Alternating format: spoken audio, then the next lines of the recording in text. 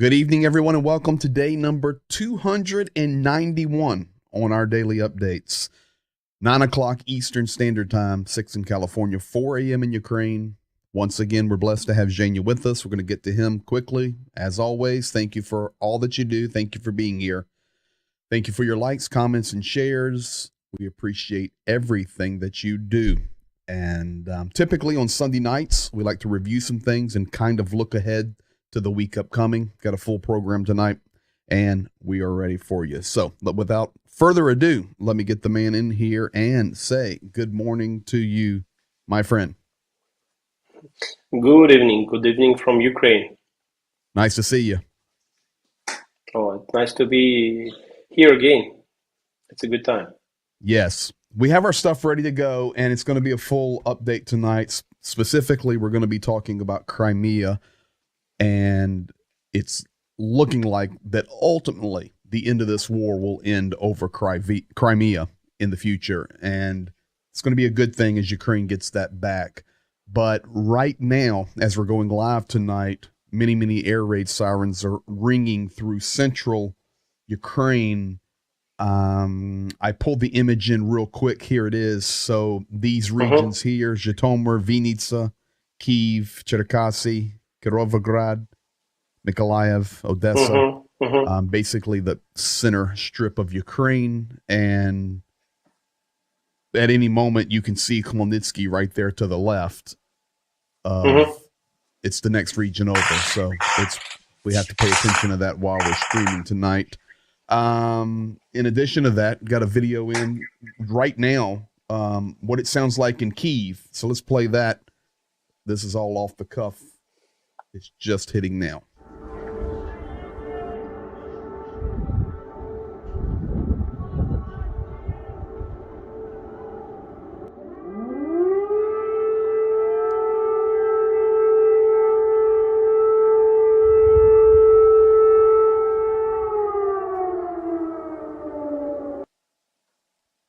That's a sound you never get used to. It's extremely powerful, loud.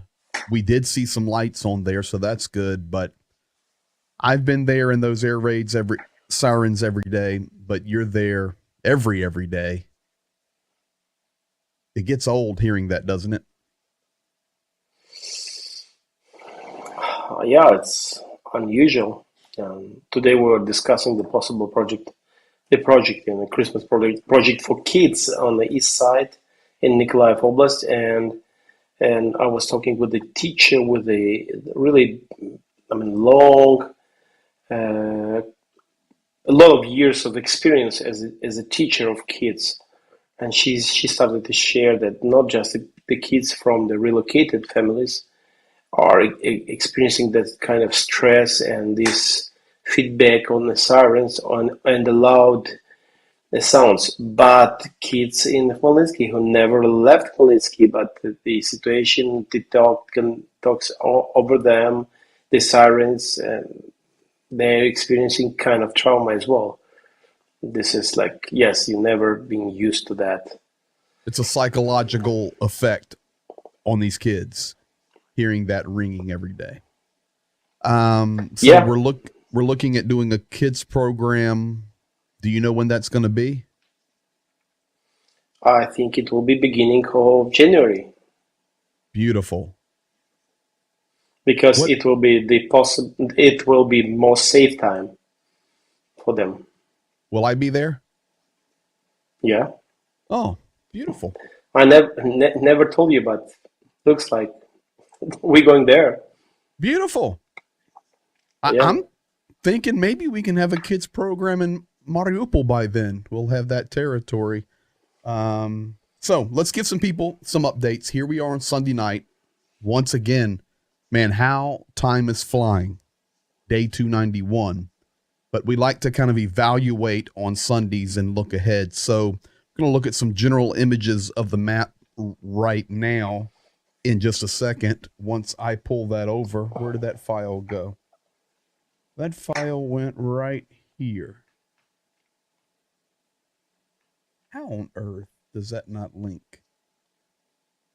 Right there. Now we're ready. think.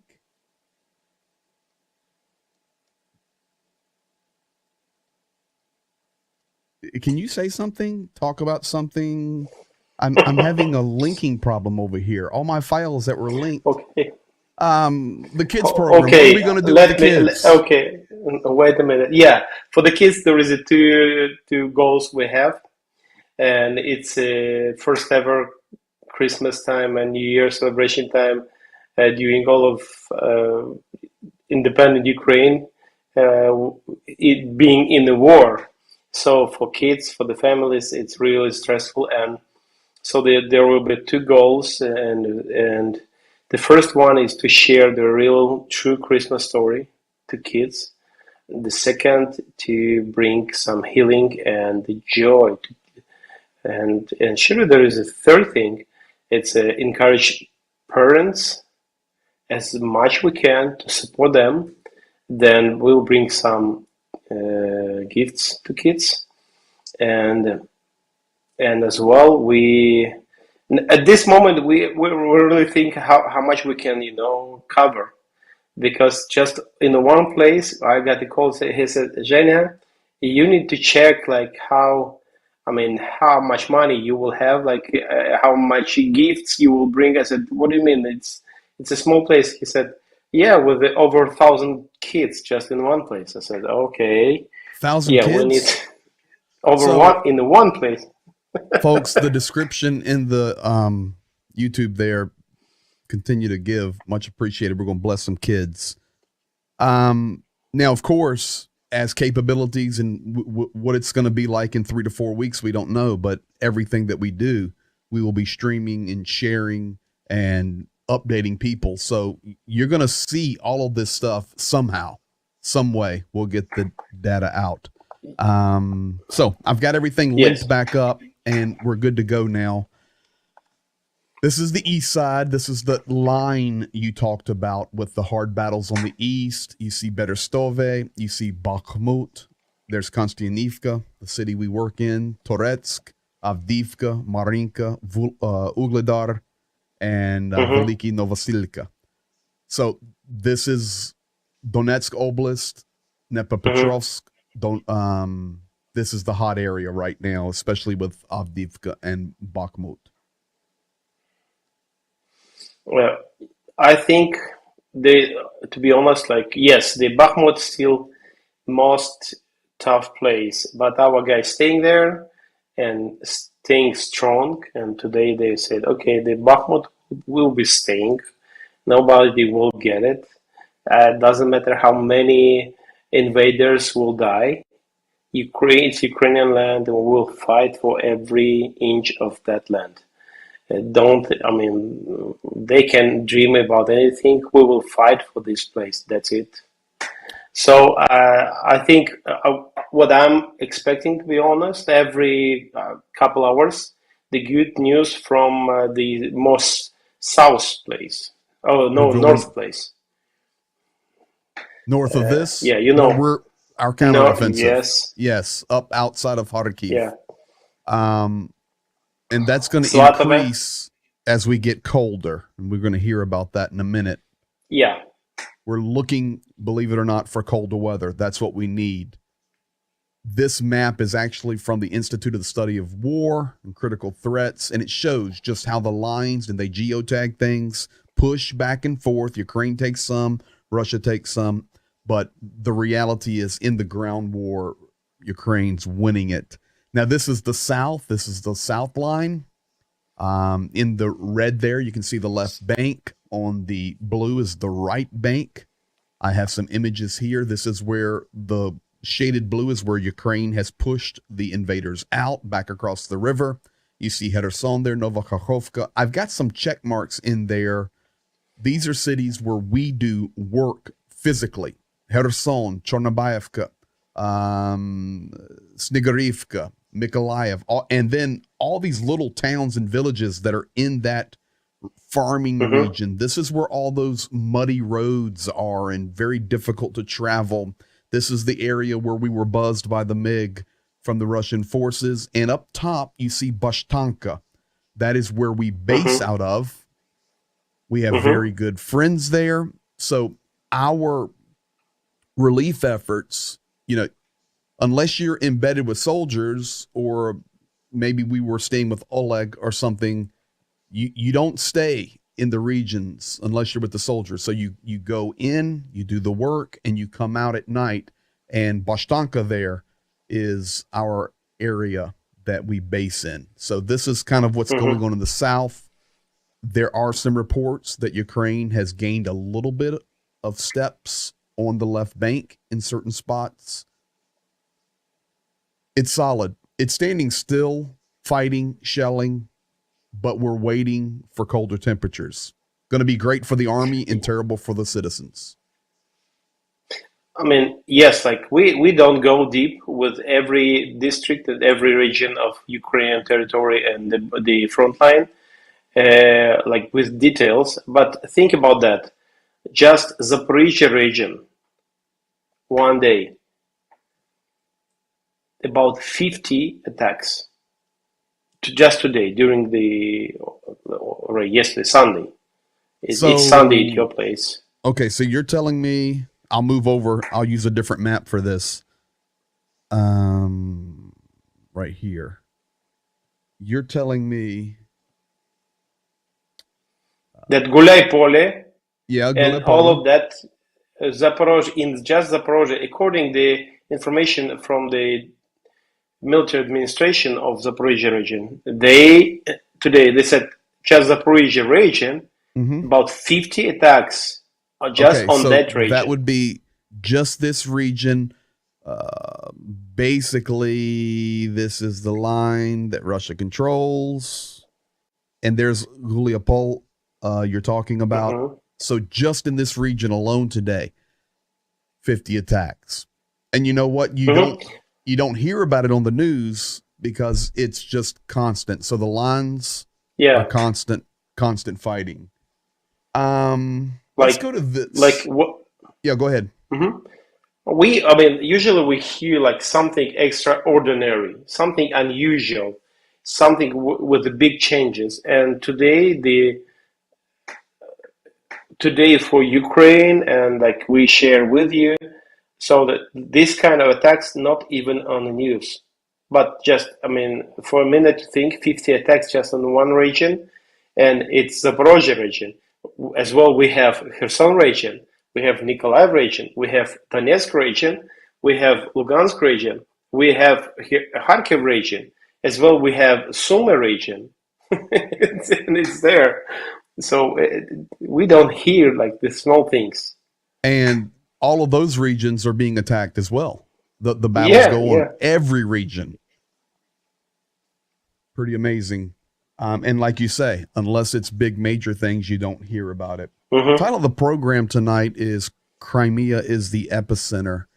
A lot of reports came out today that Ukraine is going to fight all the way until the 1991 borders. They're not going to give up. That, of course, if I go right here, that is, a rough drawing of the 1991 borders. And just maybe you're here and you do not know tonight, but this is Crimea, this southern peninsula. And this ultimately is going to be the last phase of the war. I think Ukraine will push the forces out of Lugansk, which would be here. They're going to push them out of Donetsk. They're going to push them out of Zaporozhye. They're going to push them out of Kherson. And then this will be the final battle. Why? Because this is easy for Russia to supply with the Kerch Bridge as long as it stands. Additionally, Sea of Azov, Black Sea, huge military on the naval side for Russia. So this is their honey hole, and a lot of information came out today showing that this ultimately will be the epicenter of winning the war completely.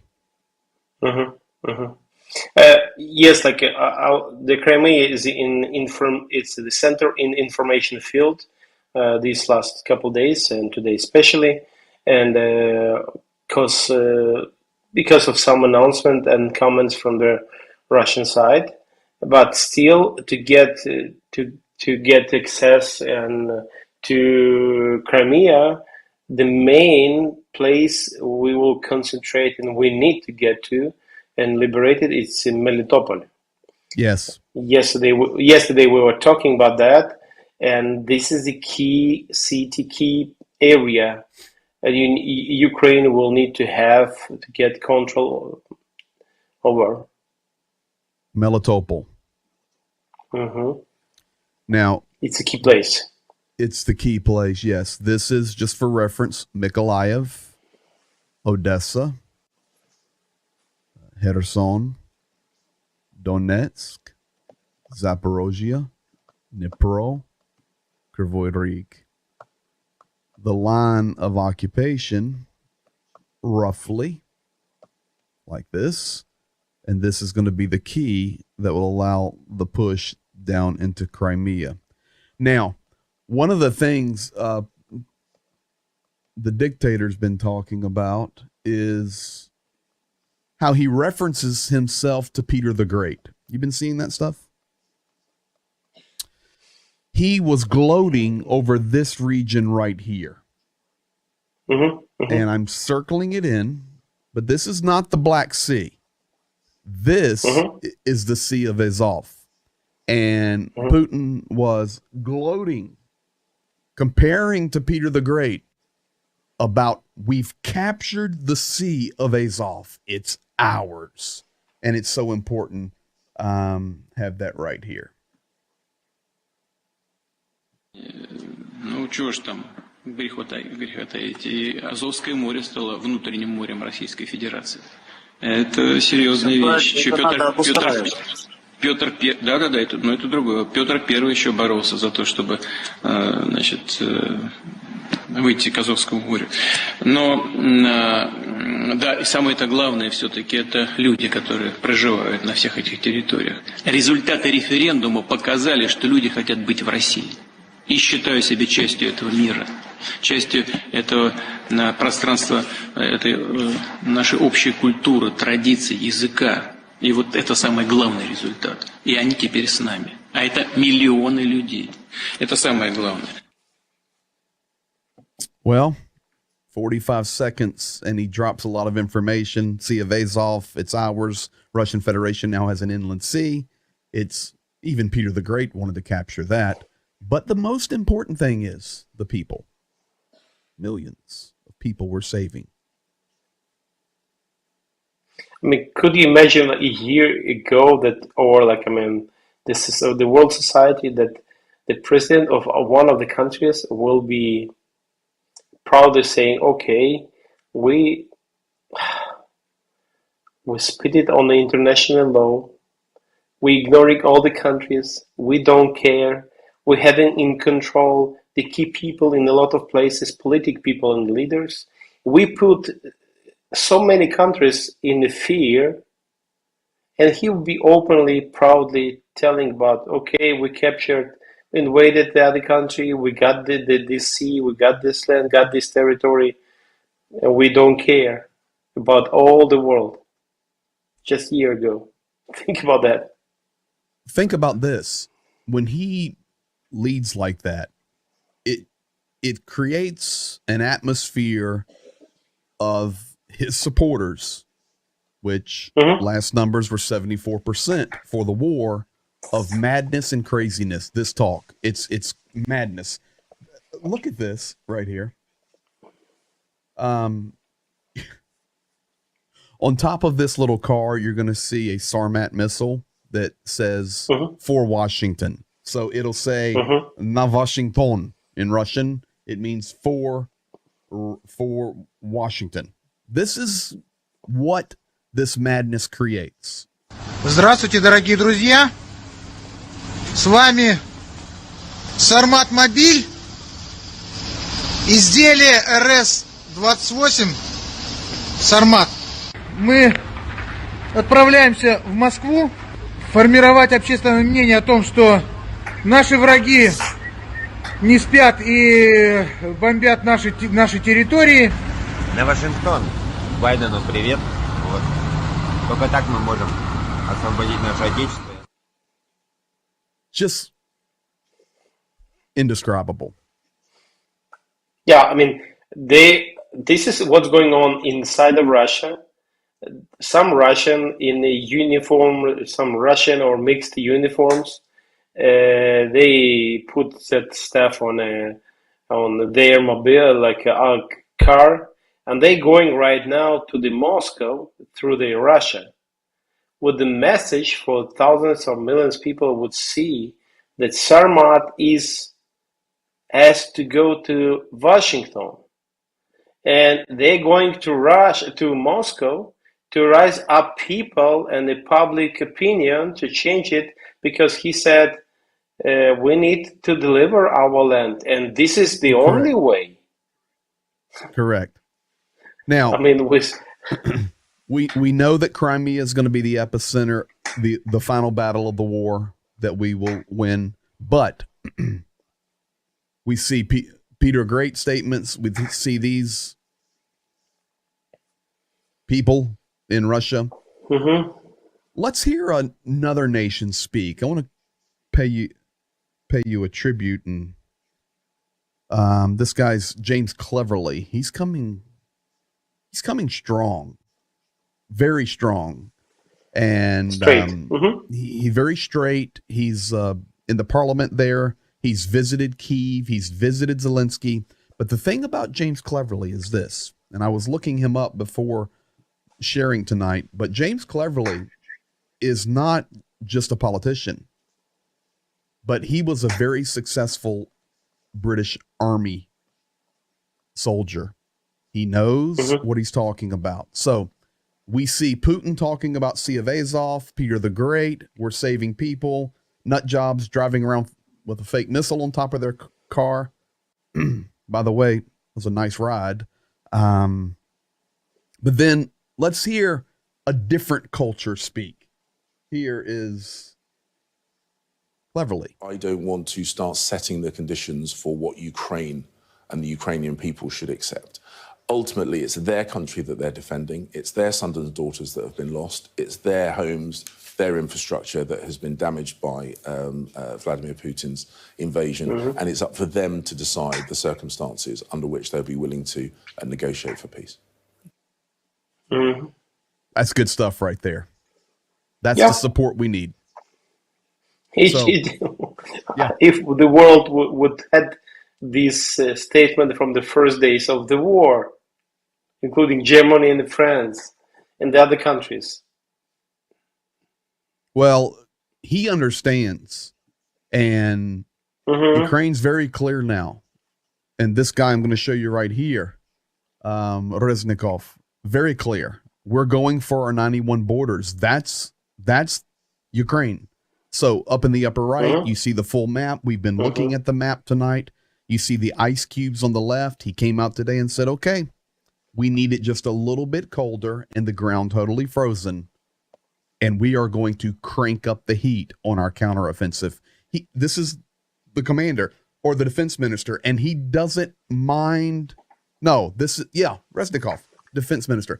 He doesn't mind telling Russia, we're coming for you. He doesn't mind letting the world know we're going to push you out of our country. So it's very good. And that came out today. So what can we look ahead to this week? As it gets colder, Ukraine's going to turn up the heat. That's what's going to happen. So we're thankful for that. Yeah. And coming to that, we already stand on that. We're staying on that. And people, the countries, has to understand. We lost the lives, we lost the territories, we lost the kids and the parents, and we lost so many that nobody can recommend at this moment, oh, please give it to Putin because he wants. No, no. No, we need to hear more of it. Yes. And more countries will be staying with us in that position. that we will not, it's not negotiable. And yes, the reality is for Putin to lose Crimea means to lose his future. Absolutely. That's why the title of the program tonight is "It's the Epicenter." And not just Putin as a leader. It means to lose all politic Russia had during last maybe 20 years, maybe 30 years. And it means that maybe Russia, we will see the other Russia with the time after taking responsibility, and the Russian people will be coming closer to reality. Normalcy in reality. Normalcy. Yeah. Yes, and we understand that he is like, he's ready for a lot of things. The Crimea being the epicenter, if the war goes really bad for them, which it's going to, and Russia is pushed all the way back to where all they have is Crimea, that's the only point where I could see the potential use of a preemptive tactical nuclear weapon. At that point, because once he loses that, it's over. It's over. Mm-hmm. There will be a coup. The Kremlin will be stormed. He'll be heading to Venezuela. I don't know. Something will happen, but it's over. So Crimea is becoming in the talks a lot because we're hitting it quite regularly. Yeah, and now our guys coming closer. Coming closer, exactly. It's on the table now. So it's very, very good. If you want to know how important Crimea is, 4 or 5 days ago, we showed you a video of Vladimir Putin driving his Mercedes-Benz in his Italian suit across the Kerch Bridge. Mm-hmm. That's how important it is. He was making a statement. So we shall see. Mm-hmm. Now, let's talk about some reality for the week ahead. Power is a problem. So I've got a couple of pieces of information here. Starting January 23, 109% increase in electrical tariffs for businesses, not for citizens. Now, that will affect, of course, citizens because as businesses prices go up, it trickle down economics. It comes down to the consumers. After 8 waves of missile attacks in the country, all thermal and hydroelectric power plants have been damaged. That's directly from Prime Minister Dennis Schumel. I was actually preaching today and used the word all, and I said, repeat the word all with me. And everybody said all. All means all. Every single one has taken some damage. Ukrenergo came out in the bottom little pieces of information. Destruction of the energy infrastructure of Ukraine due to Russian shelling. We are at the point in some places of needing new, meaning we can't repair it or it's not worth repairing. We're better off just to build new ones. And secondly, we're dealing with the increase in the cost of raw materials, fuel and materials, and there's an increase in capital investment and labor costs. We see this happening the world around.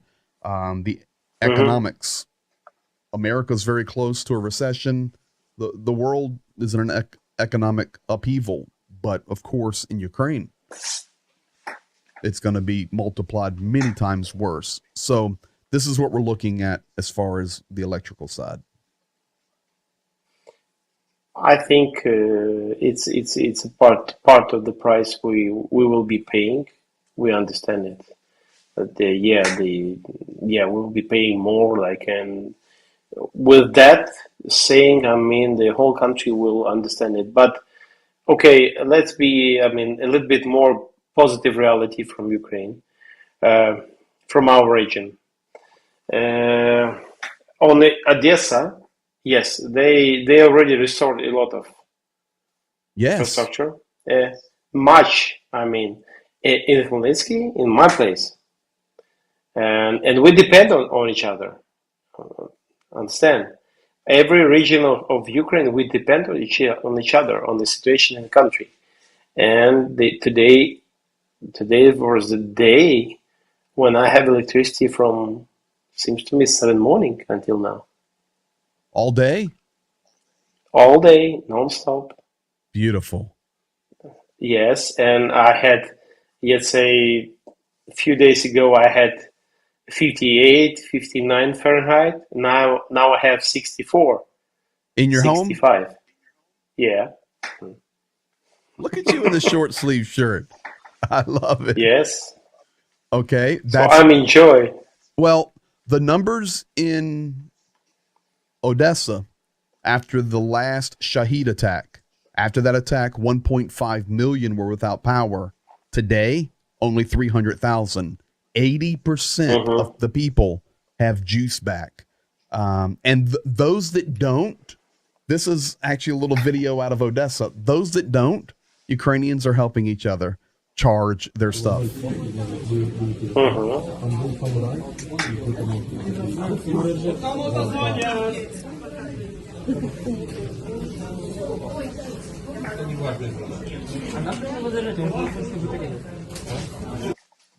I don't know for sure, but I imagine what that place is one of the points of invincibility where they said you'll be able to come and charge your thing. So that was happening on Odessa. So Ukraine's going to find a way. For sure. Now, food going up a little bit. Yeah. Everything's affected. And I think you said we know that, we understand it, and we'll pay the price. What has went up the most? Eggs, 80% higher. Eggs. Fruit, 70% higher. Vegetables, 49.7%. Fish, 45%. Sugar, 32%. Bread, 29.7%. Pasta or macaroni, 27%. Oil, sunflower oil. Well, I'm reading Ukrainian now, not Russian. So olea, 25%. Meat, 24%. Cheese, 22%. Regular, just table bread, 19%. Milk, 16%. And sunflower oil. So it means sunflower I don't oil. know which. Okay, yeah. 14%. Okay. I think that maybe before it was the butter or something like that. Not that's oil, what I was looking maybe for. Butter. The butter. That's what I think. Yeah, listen. It's listen. butter. You stick with me. You stick with me. I'll teach you how to read Ukrainian. Don't worry about it. I'll teach you. No problem. Okay, thank you. Thank you. I'll buy chocolate next time. You buy chocolates. So, but this affects our work. Okay. And this is why the community is so important. When we buy products, because not only do we work together with humanitarian aid organizations, we'll run to Ternopil, run to Lviv, we get things free because of our NGO status. But there are times when we're completely loaded, you're down on the front, you've made the delivery, you see so many people hurting, I can't leave these people. You may drive 100 kilometers backwards to get to a grocery store and buy it straight off the shelf so that people at least have something. So we're paying more for these products, but we just have to raise more money because people have to be fed. This is where these price increases not only affect, of course, Ukrainians, but it also affects aid organizations like ours trying to get products to people to survive through this winter. Yeah, and yes, and just today I got good pictures from Teginka because we've left some more food sets for people who couldn't get reached to us by different reasons that day, and they got the sets of food for them, and the person sent the pictures with the thanks from them, and it makes me happy. It surely, I think you are staying with me with that, like that we are doing it nonstop every day. Nonstop. Feeding people in tough places. I think one of the things the world is missing nowadays is commitment. And the only way we're going to win this war is by Ukraine, everybody, whether it's government, military, private sector, citizens, humanitarian aid, volunteers, and those from around the world that have made a commitment to stay up to date, to do what they can to help, and to support. We cannot grow weary. Last time I read Galatians 6:9, do not grow weary in well-doing, because if you don't give up at the right time, you'll reap a harvest. So that's our commitment. And there have been nights that we have had to cover for each other. I'm at a doctor, or you're no internet, or you're traveling, or I'm traveling. I took a little bit of a break and did some hunting in the fall with my family. We've done everything, but every night, regardless, we've had a video here at 9:00. And we will continue to do that. Now, I don't know what it's going to be like once we get into Ukraine and start running, but we're working on some plans for that. So we will do our best, and there will be a daily video. If I've got to have somebody else go live from America off a phone call, we're going to make it happen. Couple last things as we start the week here. We need to pay attention to Turkey. I don't want to throw a lot of shade on Turkey right now. Turkey did come out today and say, listen, we're committed to helping Ukrainians in the winter. We're going to do our very best. Turkey's put power ships into the Odessa port. Turkey, part of NATO, but they're goofy a little bit. Erdogan seeking out Russian help for Turkish economy under pressure. And I remind you, and you can Google this, or as Eugenia will say, look it up. Prior to this war beginning, Turkey's economy was absolutely destroyed. And it was a major piece in the news. We're talking like almost the currency was gone, starting over. But today, Erdogan and Putin had a telephone conversation. Bilateral relations is what they discussed, and the implementation of the grain agreement. Erdogan also expressed the opinion that it is possible. This is the one I don't like. Erdogan expressed the opinion that it's possible to start exporting other products along this corridor. I'm not hip on that one. And we will learn more. They are set to meet in Uzbekistan on Friday. So that's coming up this week, and we will be paying attention to it. Taras Shevchenko. We're just showing you this tonight to show you what happens. Taras Shevchenko is a very famous Ukrainian poet. In fact, his statues stand. That is not Lenin. For those of you that don't know, that's not Lenin. That is Taras Shevchenko, Ukrainian poet, 100% from the Cherkasy region. Wrote the most beautiful poetry. He's like a legend. He would be like for the United States, he would be like Mark Twain, that kind of level, just, and I know Twain wrote stories, but Shevchenko is a poet, but similar, just very famous. Well, this picture is from Lugansk. Let me blow it up here. And you can see this statue standing in Lugansk. All this war going on, and Russia has put a new plaque on the Shevchenko statue there in Lugansk, and it says, Taras Grigorovich? Correct. I'm named after Shevchenko. Grigorovich. Taras Grigorovich Shevchenko. But pay attention what's below it. If you can't read it, we'll read it for you. Russian poet. Okay. He's not a Russian poet. He's a Ukrainian poet. He was arrested. He was arrested for his works for supporting Ukraine, and he was in a prison because he was a part of a real Ukrainian organization which was supporting, and now it's and he was telling the truth about the Russians, and his poems and everything. It's a really legend, and it's really like the key person in the Ukrainian culture, in the history of Ukrainian culture, forming it, influencing on it. living in the freedom. Yes, It's every city. he Go ahead. he was in the prison in Saint Petersburg, and in Russia later. Seems to me, Orenburg. But he's a Russian poet, and and we've made a new plaque to him.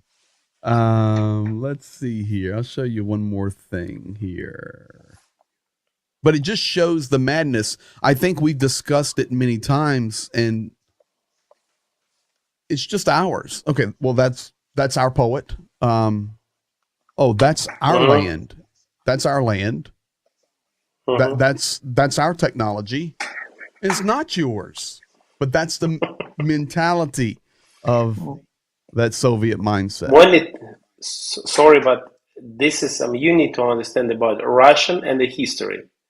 Russian, it's coming back Soviet Union and the history. And if you will check the situation with the history in the Soviet Union, you will understand that all Soviet people were so proud of how they went through the World War II, and this filtered history, which was presented in the school of Russia, brought this nation that today they claiming the only reason and the key nation, and they said this is our nation, who won in the World War II, the Nazi, it's Russia, and they believe it. If you will ask on the street the average person about the United States part or Great Britain part and so on, they will say, okay, maybe they were doing something, but Russia did everything. This is what you will get, and you need to understand this is when it comes to history, they creating an own history. And the same, they just rewriting it, publishing it, and people believe it. Be careful of any nation that you're in. I'll speak from my own, United States, or wherever you're watching from. History's not to be written. History's to be learned from, and we're to grow from it. We are anti-history rewriters. Take a look at this. This is interesting. Just to show people the Shevchenko and the respect for this man here. Do you know where that's at? Take a look.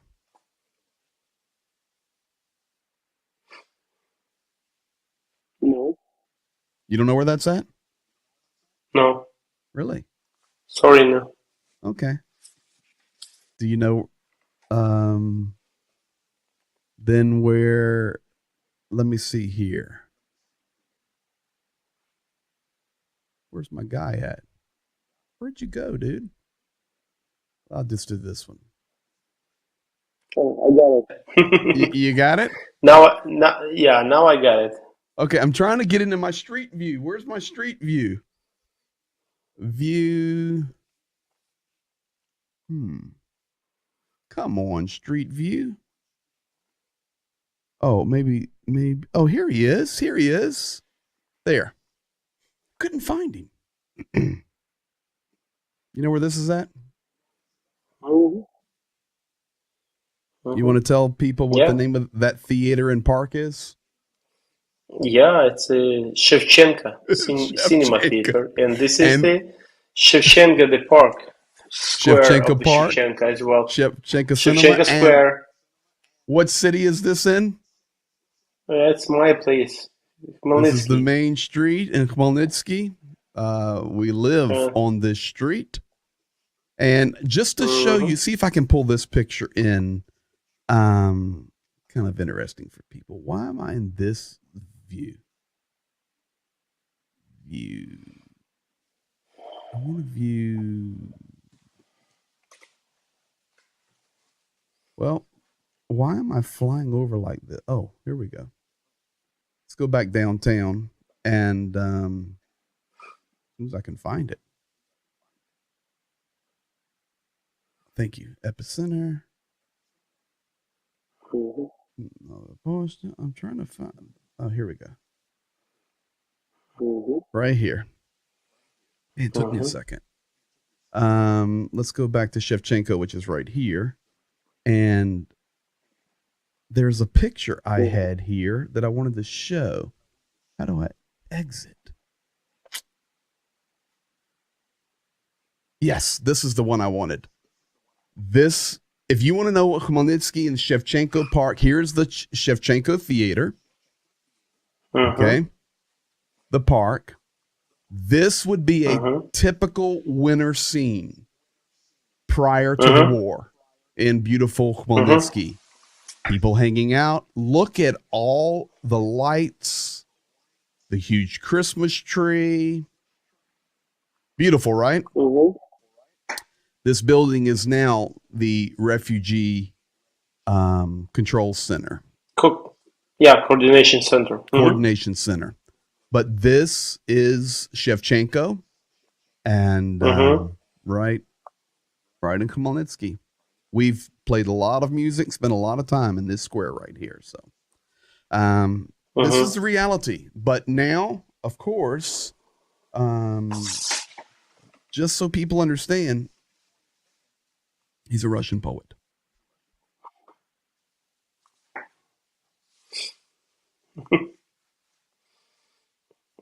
All right. Please understand. They believe that Volodymyr the Great, the person who was a king, let's say, in Ukraine, and he was baptizing and bringing Christianity to Kiev. They said, this is the our Vladimir. He brought Christianity. And they doing everything, they claiming it's our, because without all of that, I will not comment their history then. I don't want to give any comments on that. Let's close with this. Speaking of Christianity, we are on Sunday here in the U.S. It's already Monday in Ukraine, but we've been trying to share from the beginning that this is a holy war. Make no mistake about it. And we're going to show you something tonight. I'll let Zhenya set it up. Of course, here is Kirill looking over Putin's shoulder. I'm completely convinced this is a holy war. And I'm going to show a video tonight where you want to set the stage for it. These guys are talking military, Russian military, how it is God's will for them to do what they're doing in Ukraine. Quoting the Bible, and Moses, Joshua. Okay, and for people to understand, this is the public channel, which is open, and it's a Christian channel on Russian TV channel, not YouTube channel. It's a TV channel, which is in the broadcasting on the whole Russian territory. One of the most popular from the all religious channels they have, probably number one. And this is not a YouTube channel. This is not something on Facebook. No. This is from their television channel. Broadcasting throughout all of Russia. Very popular. Check it out if you want to. Here we go. The title of this is called We Who Know God. This segment. It's a federal channel. Federal channel. Federal channel. Here you go. Способ испытания веры. Пойди и вырежи, уничтожь народ. Многие либералы сейчас скажут, нет, даже правитель не имеет права лишать жизни и так далее. Нас к этому долго приучали. Но Священное Писание говорит совершенно об обратном. И вот Иисус Навин, преемник на посту еврейского вождя Моисея, ведь шел и победоносно сначала убивал эти ханаанские народы. И Господь как будто предчувствовал, что он может дать слабину в какой-то момент. Иисус Навин, он и народ, пока Иисус Навин вот, жестко исполнял эту волю, уже и все его солдаты. Вот с такой верой, о которой вы говорите, с таким доверием военачальнику и так далее. Прям они шли победной поступью по Святой Земле. Эти народы эти народы погибали, как и поручил Господь. Но как только появлялось малодушие, грех, и какое-то сразу тормозилось, как кто-то начал думать, что нет, наверное, не будем там их убивать. Ну и все, и Господь за это послал уже и поражения евреям в битвах, и разные другие потрясения. У каждого народа есть своя миссия в мире. И для того, чтобы вот так вот ей следовать, для того, чтобы так верить и делать то, что тебе повелел Господь, надо быть очень твердо уверенным, то, что у тебя есть определенная задача. Начальники народные при поясе носят меч, дабы свидетельствовать тем самым, что им дана власть соблюдать закон божественный. То есть они имеют право на то, чтобы карать, пресекать земные судьбы и давать возможность человеку осознать даже через такое страшное событие, как лишение жизни. Народ, президент, Бог. Мы должны знать, если мы отступим от Бога, мы его уже никогда не увидим. Мы, знающие Бога, знающие истинного Бога.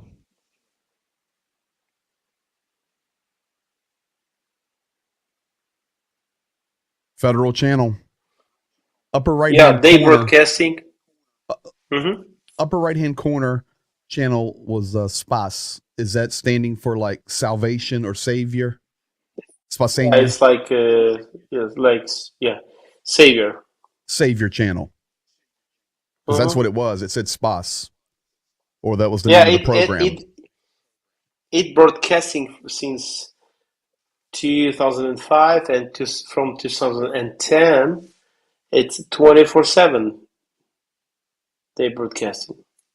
So the federal channel. It appeared to be, of course, it was a Russian soldier communicating. You know, it may have been a chaplain, had the Z, I don't know. But was he talking to a Chechen, a Khadarite? It appeared. I don't know. I don't know. I cannot. I don't either. Do a statement. It was interesting. They validate what they're doing by the word of God. That's what we're trying to say. That's the bottom line. Yeah, they presented like, you see, there is in the Bible the stories when God was telling people, okay, show you like how you trust me, so obey me, go and kill them. This is how they talk and apply it to Ukrainians now. Like it's not just Ukrainians are Gentile. I mean, comparing to them, it's like Ukrainians are like, enemies, and they were trying to do it before invasion. They were trying to do, okay, they are brothers. This is our brothers, and now they're saying, yes, we need to kill them because we need to obey God. This is what we try to share every day. It's madness. And when there's madness on the other end, it can be very unpredictable. So this is what we're seeing, and the week ahead will be interesting.